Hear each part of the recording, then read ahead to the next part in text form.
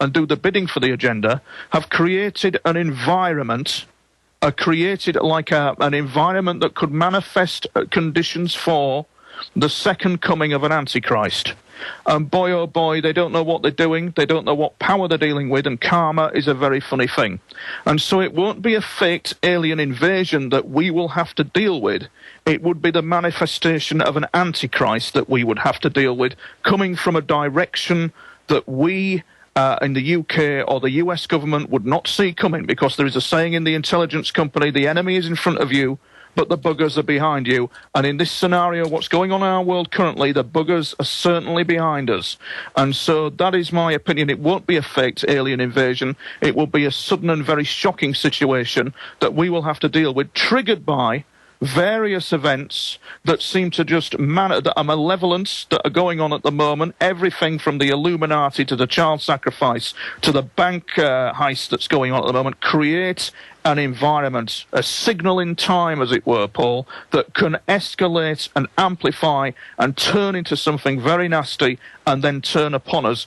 And that is what I've picked up from the UFO experiences that I have had. Here's a quote from, regarding the false Antichrist second coming, the technology to do mass projections in the sky of that kind of event was available 20, 30 years ago. No, Paul, I must caution you on that. This is very serious. No, you may say that, you may dismiss it as it being technology.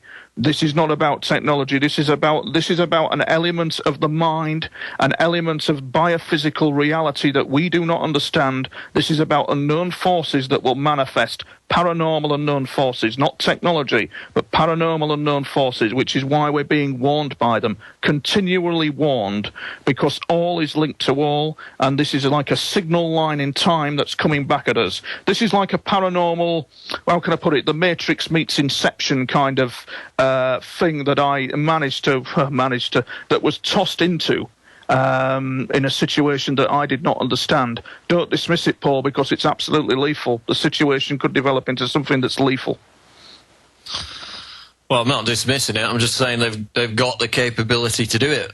But I asked for people to give questions on Facebook. One of the key questions is, when people report UFOs and speculate their origin is extraterrestrial, isn't that very useful for governments that want to keep black budget programs under wraps? I mean, we had the B-2 stealth bomber that was being tested 10 years before it was made public. How many of these UFO reports are merely people misidentifying the latest stealth fighter, the latest technology upgrade for the US military or other militaries? Quite a few.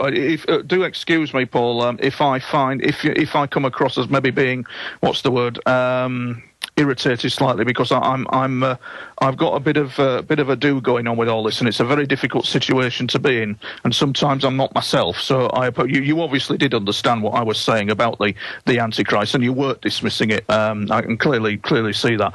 Yes. So the question was UFOs, black governments, all that kind of thing.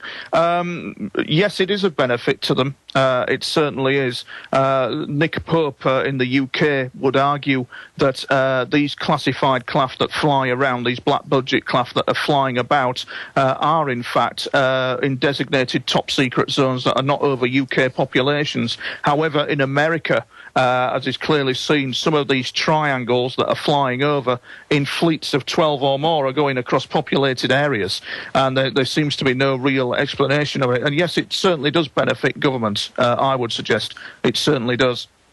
But I mean, with the black triangles, the UK Ministry of Defence said that their explanation was people were hallucinating plasma. I mean, these black triangles are physical craft. That's been seen on radar. Yeah. I've seen them personally several years ago.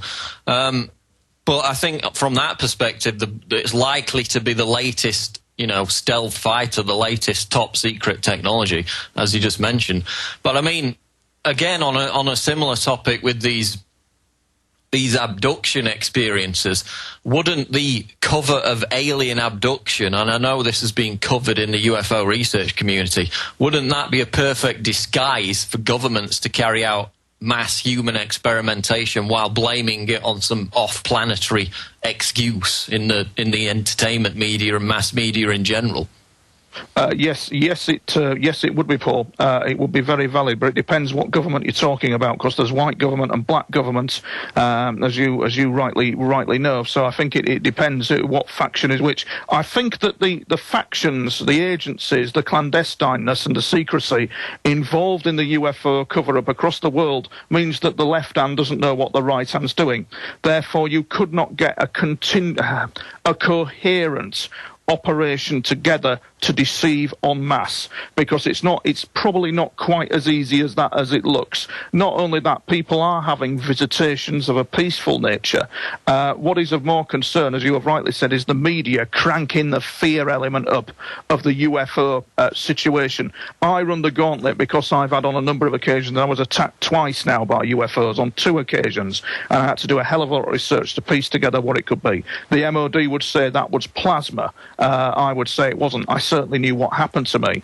And with somebody like me, this is the kind of theme they would go down. They could put somebody like me in the media spotlight, put it kind of like deflect away from peaceful UFO contact, and kind of like focus on the fear element. Because as you well know, this world is all about fear, isn't it? InfoWars is all about confronting that fear, exposing the information, all that kind of thing. And so it's beneficial to crank it up in the media that these aliens are something to be feared, and something to be attacked. It's very beneficial to do so. On the subject of animal mutilations, I mean, these are occurring across the world with surgical precision. They find certain organs, certain body parts removed from cattle and other animals. Do you think they've also lumped that in with the whole UFO alien thing as a means of downplaying it and making the public think it's non-existent when in fact it's a very real phenomenon? Yeah, I think they are. I think they are downplaying it, but I think it is a very real phenomenon. And the thing is that is a very big cover-up going on with that at the moment. I know of a man, and I recommend his book on Amazon, a guy called Mike Freeberry, who did a book about cattle mutilations, and he went to hell and back with Devon police here in the UK. I think it was Devon police who were refusing photographs to him regarding cattle mutilations. The point being, he was trying to assist them because he'd been doing independent research and he had tried to piece together what was going on, and he was offered to assist them, but Devon police refused.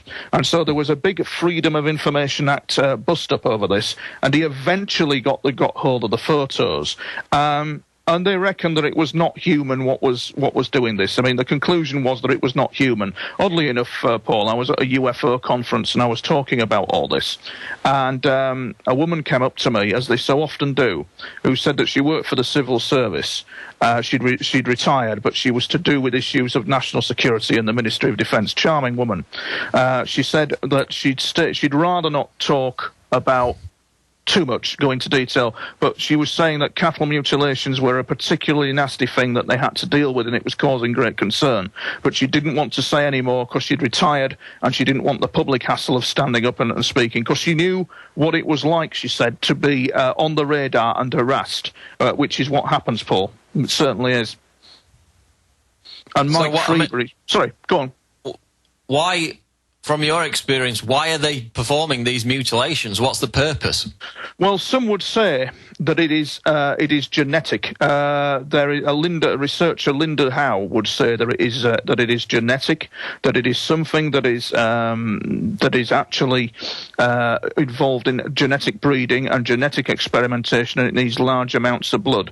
I would say my semi-professional opinion on the cattle mutilation is that we are dealing with a specific non-human entity that is coming in and that is actually mutilating them.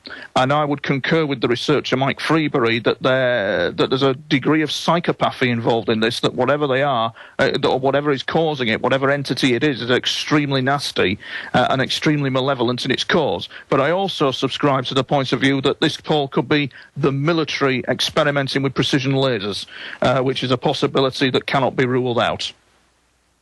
I would suggest, yeah, definitely so. Now, I want to look at it from a media perspective now, because a lot of UFO researchers are kind of maligned as kooks, as you mentioned earlier in the show.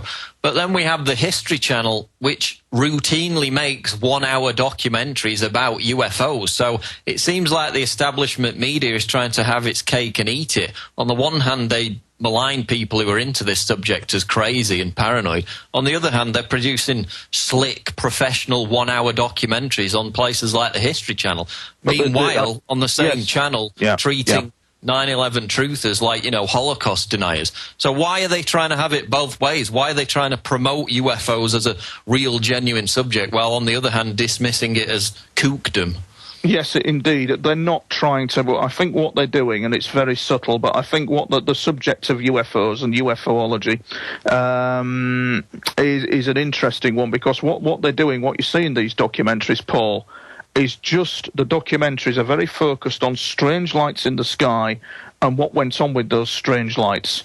That's what I feel. There's this continual run around about people following the strange lights in the sky and what they thought of the strange lights, and it could be and it couldn't be, and it doesn't seem to click onto any other level. It's in a very safe zone. As a result of that, people watch these programs. People, in fact, even go to the conferences, and you'll hear somebody like, now then, let me springs to mind, who's the guy, the rancher, Paul, who's the rancher with the UFO experiences? James Gilliland, is it? I saw him stand up at a conference, and he was talking about the fact that he'd met some occupants in the UFOs, and they came over to him and gave him a big hug, and this, that, and the other. Other researchers will stand up and talk about their experiences, but it's just not enough for people who are traumatized by these experiences and are trying to search for answers. They're not getting answers, and they're certainly not getting answers from the people who are writing the books and doing the documentaries. And people are banging their heads against wall. People have come up to me traumatized and told me some stuff. I mean, for the US listeners, the number of US Marines and former Vietnam veterans who have emailed me regarding UFO incidents in Vietnam. One guy emailed me to say that he actually guarded one. It is absolutely unbelievable, and they're approaching with, they're wary. They are trying to find answers and feel that they're not getting these answers. You have authors like Whitley Strieber. There's a book by Colonel John Alexander. The book talks about UFOs, but it doesn't. It talks about the meetings he had involving UFOs with other people. It just does not provide answers. That's what I feel, Paul, about the issue. Now, one of the really hardcore cases in this subject is the Rendlesham Forest Bentwaters case, because this happened on a US military base in England, where, if I'm correct, nuclear technology or nuclear weapons were actually stored at the time. This was back, I believe, in the late 70s. Can you explain that case and its significance? Well, I mean, Rendlesham Forest was classed as Britain's Roswell. Actually, Rendlesham had another incident in 1956 or 1950 thereabout. Well, it wasn't Rendlesham Forest. It was it's the U.S. Air Base near that actually had the UFO incident occur in the 1950s. Woodbridge, RAF Woodbridge had a UFO event in 1950. So it seems to be the repeated theme. Sorry, Paul. Say again. No, go ahead. Oh, yes, no, it seems to be the repeated theme of UFOs turning up on the premises. Now, the men of that Air Force Security Police Regiment have a Facebook page called Justice for the 82nd. What amazes me always about these incidents that happened in Rendlesham, where we've got the tape of the colonel, we've got all sorts happening, is that these men are clearly traumatized by what they saw, and they're clearly being lied to. And there's incidents of them being taken aside by intelligence people and then told to shut up and all that kind of thing. They're being continually lied to. And their frustration and trauma is certainly present on the Facebook page that they have, which is called Justice for the 82nd. And so I always find that there is a human factor that is very much missed, the effect that the UFO interaction has on people, because